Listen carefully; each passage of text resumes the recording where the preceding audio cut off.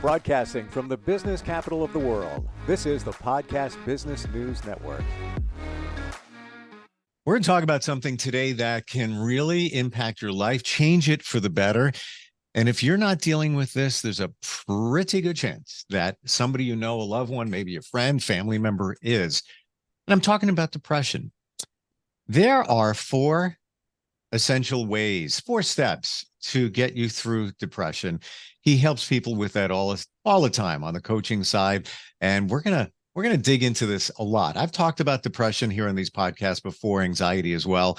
I believe we're going to get a lot of insight from Ken Lapp, and he's with us today. Great to have him here. Hey, Ken, how are you? Very good, Steve. Good to be here. It's great to have you here. Tell us about your practice, Global Life Skills, correct? Yes, globallifeskills.com is the name of my website, and the name of my business is simply Ken Lapp, Global Life Skills. So, sure.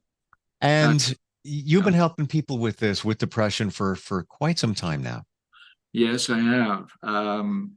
I should just quickly say, I guess, can I tell a little bit about my story? We're going to get to that, so let's go there now. I'll let you lead. Yeah. No, you know what? I believe that's very impactful. Talking about your story to illustrate how we got to where we are here and how you help people. So yeah, this whole journey for you, how did it begin? Yeah.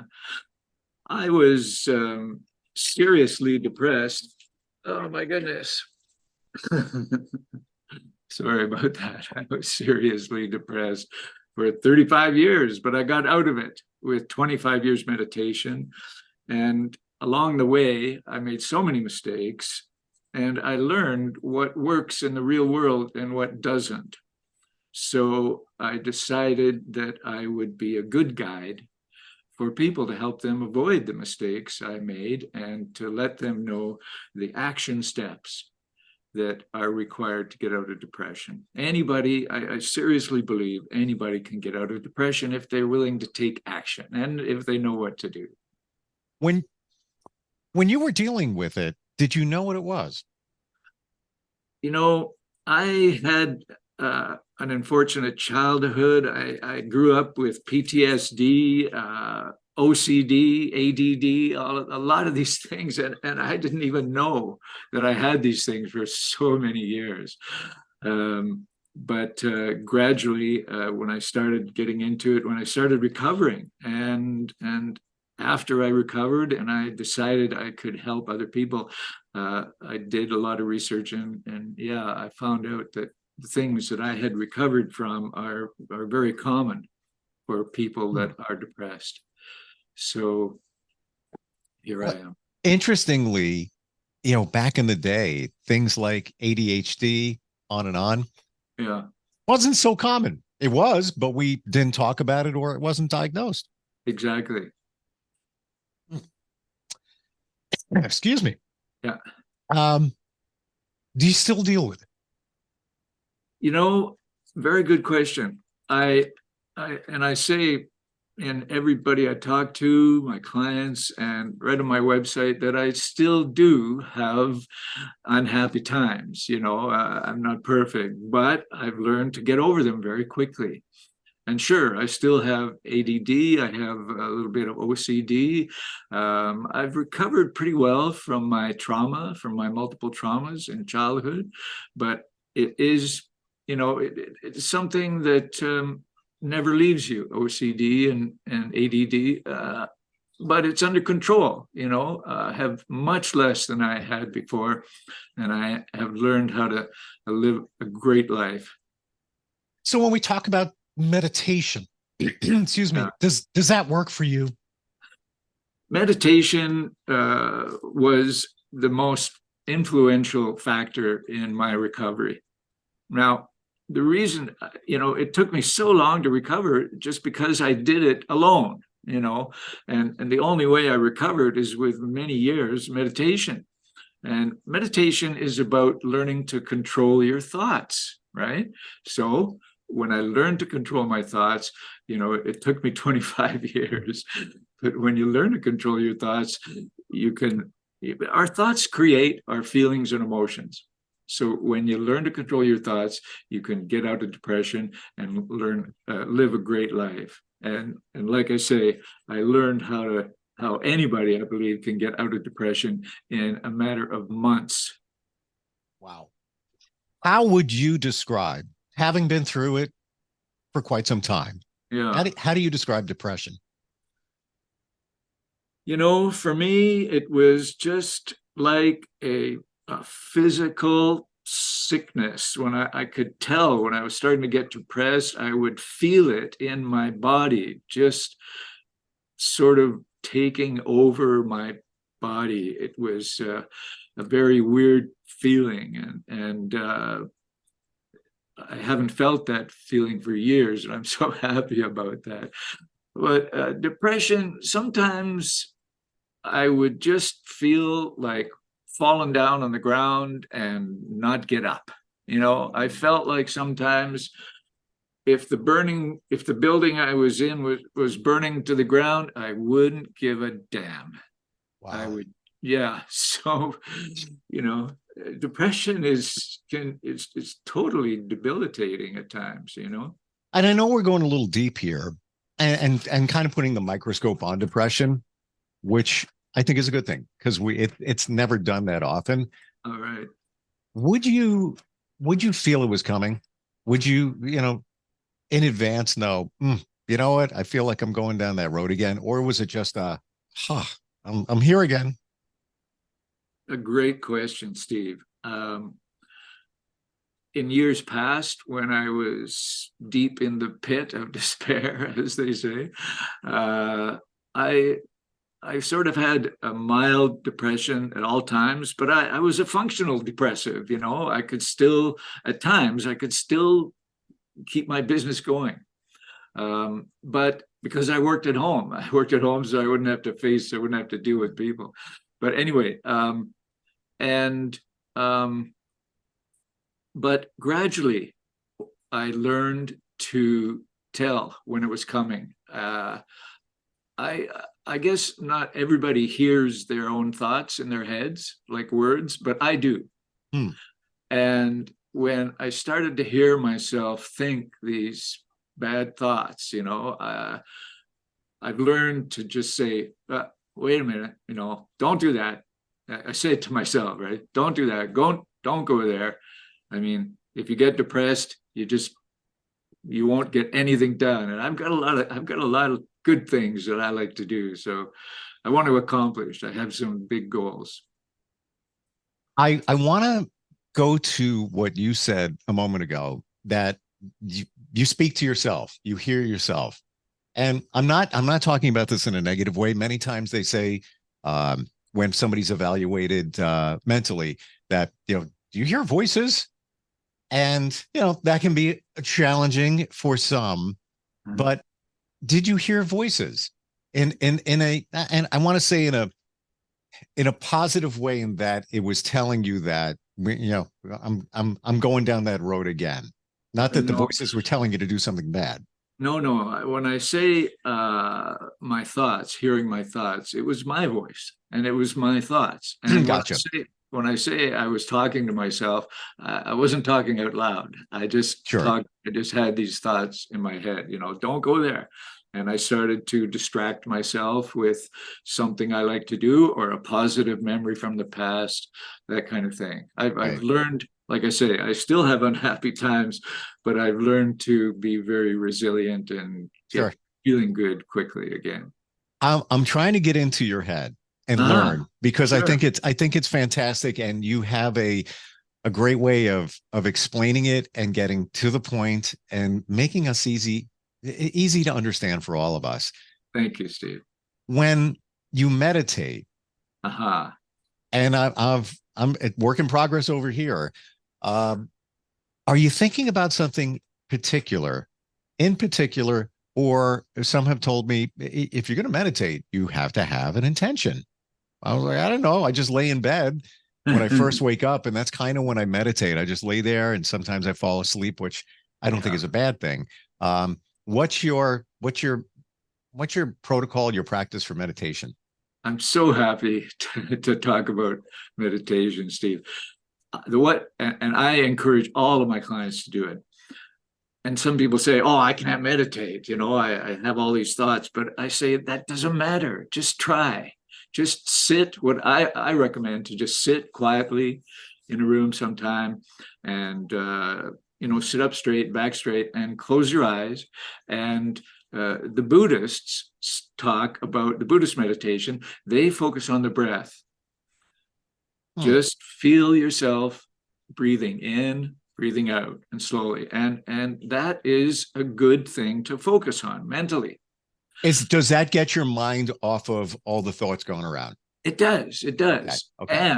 And inevitably, you'll start to think about what you're going to have for lunch, or you need to do your laundry. Sure. You need to take your laundry in or whatever. And that's okay. Don't beat yourself up.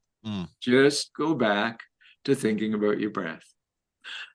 That's all it is. Just do not beat yourself up. Be positive. I hope I can talk about that.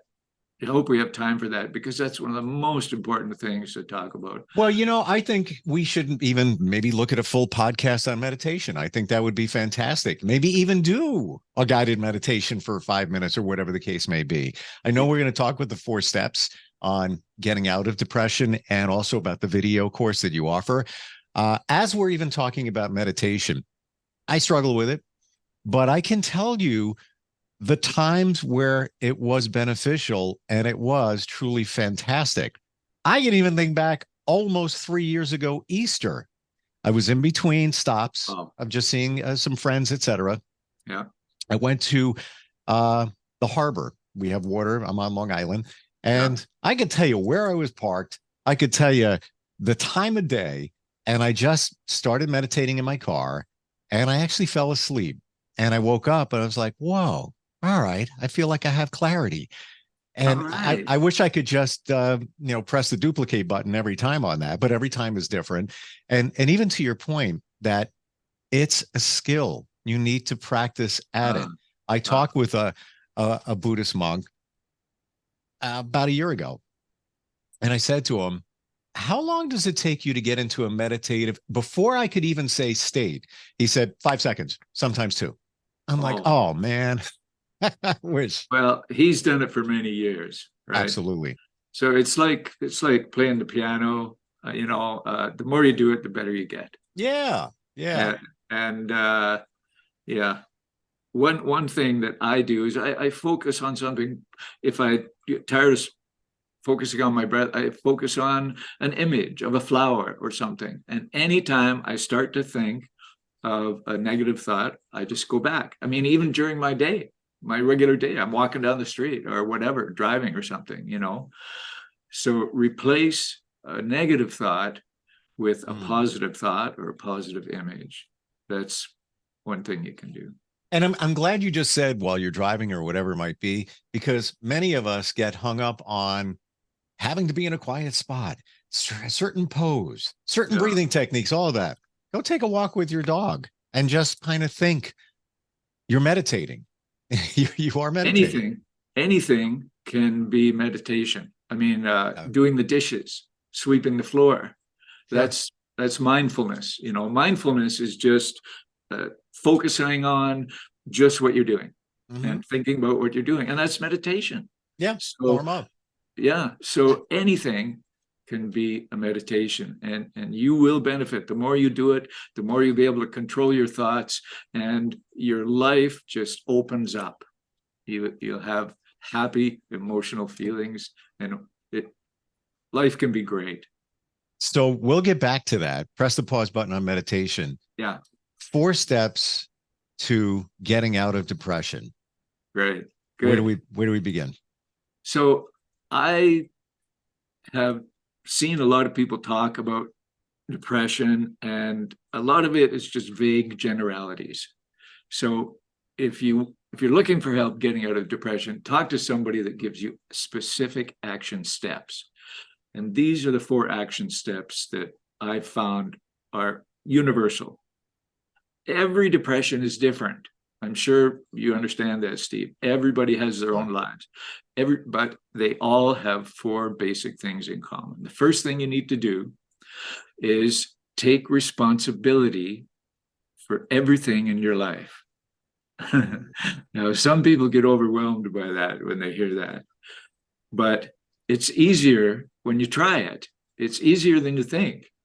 And it's easier than it sounds. And it is tremendously liberating. Do that in your meditation. Just say, from now on, I'm responsible for everything: my feelings, my happiness, my finances, my diet, my weight, everything.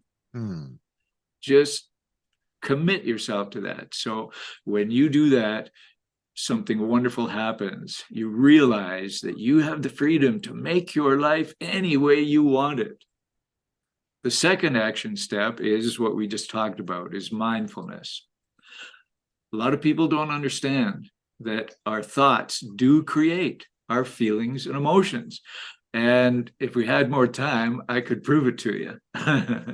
But we need to control our thoughts to focus on the positive side of things. And people who do that, I mean, you have to work at it. It's a habit. You have to do that. But people who do that, they aren't living in a dream world. You know, the old half a glass of water. People who look at the positive side, they don't pretend it's full. They still know that all the negative things are in their life. They just pay more attention to the positive things. And your life is like a simple shelf on the wall. The more positive things you put on that shelf, pretty soon the negative things just fall off the side. Yeah, there's no room for them. That's exactly right.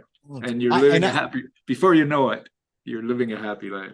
I want to look at one thing you just said in step number 2 is the thoughts that you have. Many of us don't realize that what we think becomes, and that, you know, that's a whole other topic there in manifestation. But what you think, if you're thinking negative thoughts all the time, your life's going to be crappy. There's no other way to put it. You're going down that road. That's just the way it works, because you're going to focus on that, and subconsciously you're going to make that happen. And I can give you proof too for another time. Yeah. And the energy, you know, I think most people understand these days that even science says that everything is energy. Yep. And so our thoughts have energy too. And if we're putting out negative energy and negative thoughts all the time, we attract negative things to come into our life. Sure. If we can feel love, or if we can feel gratitude, very positive emotions, then we'll attract more positive things into our life. And that is the third step. Yeah. But I'm not talking about anything to do with sex. I'm talking about the feeling of love for whatever. Just give it positive, favorable attention. Yeah. I mean, if you love a piece of chocolate cake, whatever, you know, then you just love it. So focus positive. And love is, you know, it's kind of a cliche these days, but it really is the most powerful level of energy in the world. So if you feel love, if you love walking in nature, or if you love having dinner with friends, or if you love a beautiful piece of Mozart music, or whatever, then that kind of feeling, when you feel positive feelings like love and gratitude, your body creates positive endorphins and chemicals that heal you and make you smarter and make you happier. When you think negative thoughts, your body creates harmful chemicals and endorphins that go throughout your body and make you sick, give you disease over the long term. So the next point is self-esteem. When you feel good about yourself, you feel better about everything in the world, everything around you. And a big part of self-esteem is having your personal power. And what I mean by personal power is that you don't let yourself be bullied. You just, I mean, you don't hit, this has nothing to do with violence. You just are strong. You just, you're in a place where I suppose you could be violent if you needed to protect yourself, but you have the power. And when you have that power, people know it. They can see it in your eyes. Mm-hmm. And so nobody will ever be able to bully you. Nobody, you start to live your own life. And when you're living your own life, when you feel peaceful in the world, because you know that you can handle anything that comes your way. Yep. Yep. When you have that kind of peace and calm, you can enjoy some of the greatest pleasures in life. Some of the greatest things in life can only come to you if you're calm and peaceful. 100 billion%. It really is true. I feel it, work in progress, like all of us. Yeah. But, I got to that point where I got it. Like, it's okay. I'm not going to worry about certain things anymore. I call it quiet calm. And it's funny you mentioned about bullying. I got bullied as a kid. Pretty impactful in my life moving forward in terms of self-worth and esteem and all of that. It took even in the last couple of years, I confronted it and took care of it. And just the other day, it's funny you even bring that up, Ken. Just the other day, I was in the car with my daughter who's 15, and we passed by my elementary school. I said, yeah, that's where I went to school. And I said, see that playground right there? And there's playground equipment right there. I said, that's where I got beat up a lot, right there. And I said to her, that will never happen again. Yeah. Because I've learned. Good for you. Not to let those things take you down. And you mentioned power. Maybe it would be impactful also to say, take back your power. Because if somebody has done you wrong and you're just, let's say a relationship, they didn't do the right thing. And now you're just angry and, it's just festering inside your head. Don't let it, because you're giving them your power. They already moved on. They don't really care. They're done. But you're sitting there like, well, look what they did. Can't do anything about it. Can't control somebody else. You can control yourself. You're allowing them to take your power. So just, you got to let it go. Easy? No. but you got to, and that comes, I guess, your self-esteem. You got to work at it. Yeah. And that's part of responsibility. You're not responsible for all of the bad things in your life. We are. Nobody is. Sure. However, we are responsible for reacting to them, for dealing with them, and creating a good life anyway. Yeah, absolutely. Was that the fourth step? I know we're at self-esteem was the fourth step. Yeah. Gotcha. This is all part of what you help people with, coach them on, and teach them. And you have some videos available. Tell us about those. I'm creating this course right now because I've talked to so many clients, and all of the clients I talk to, I say the same things. I mean, I don't say exactly the same thing, but there are certain basic things that I help all clients understand. And so that's what this course is about. It's about the 4 points we just talked about, but so much more. Like I say, every depression is different. And whether you're dealing with depression because you're isolated, or because you have chronic pain, or you were abused as a child, or, there are so many reasons. For every person who is depressed, there's a different reason to be depressed. And there's many different reasons that go together sometimes. So I cover these things in my video course. It's just being produced now. And actually, I'm asking for input from people who are depressed on what I should talk about in this course. So I believe it's going to be a course that people will enjoy. Love the idea. And again, I want to go back to something I said even before we were only like 10 minutes in to this podcast, but you get to the point and it's very clear. And in my studying, in my journey, all the things you said, I've heard from other people, multitudes of people, you're one guy giving all of that to us, and now in a video as well, which I think is fantastic. When will the videos be completed? As soon as I can. I think it'll be done in a matter of 3 or 4 weeks. Okay.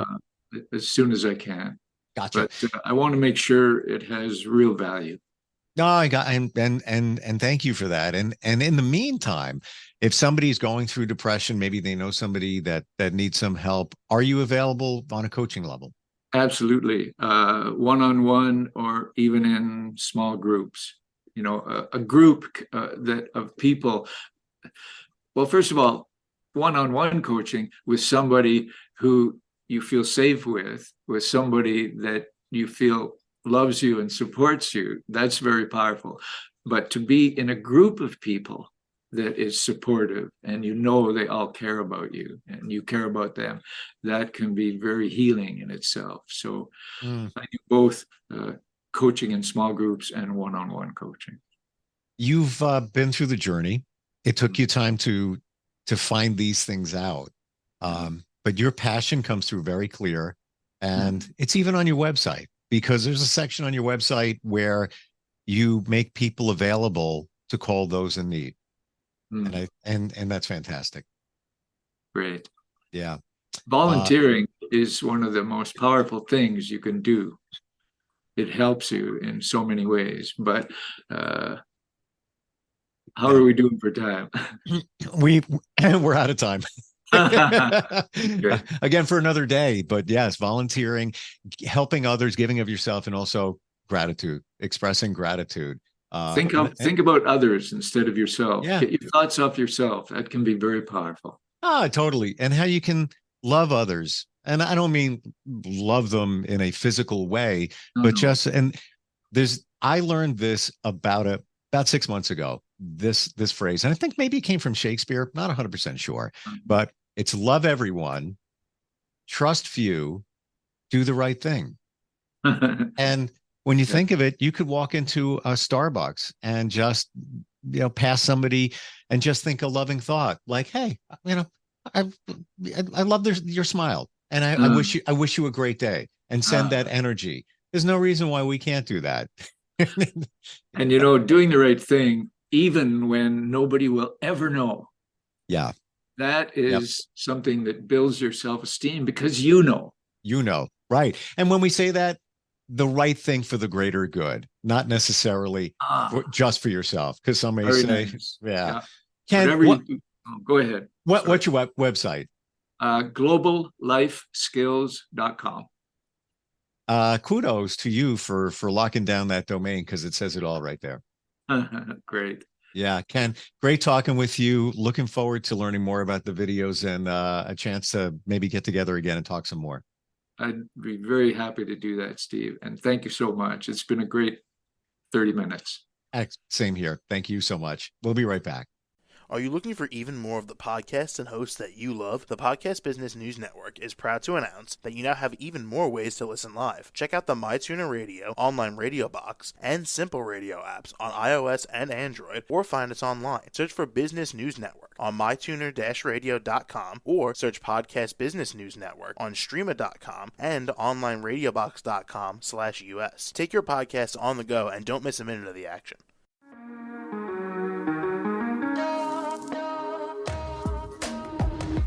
Broadcasting from the business capital of the world, this is the Podcast Business News Network.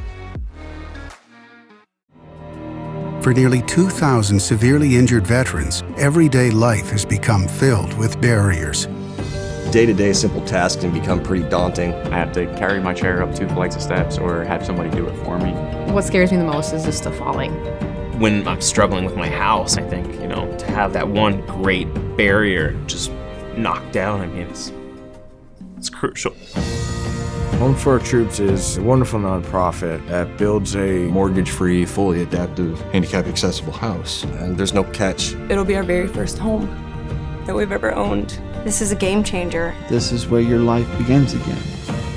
We need you to join us in completing this important mission. Please visit hfotusa.org and help build homes and rebuild lives. Because of you, everything's It's going to be okay.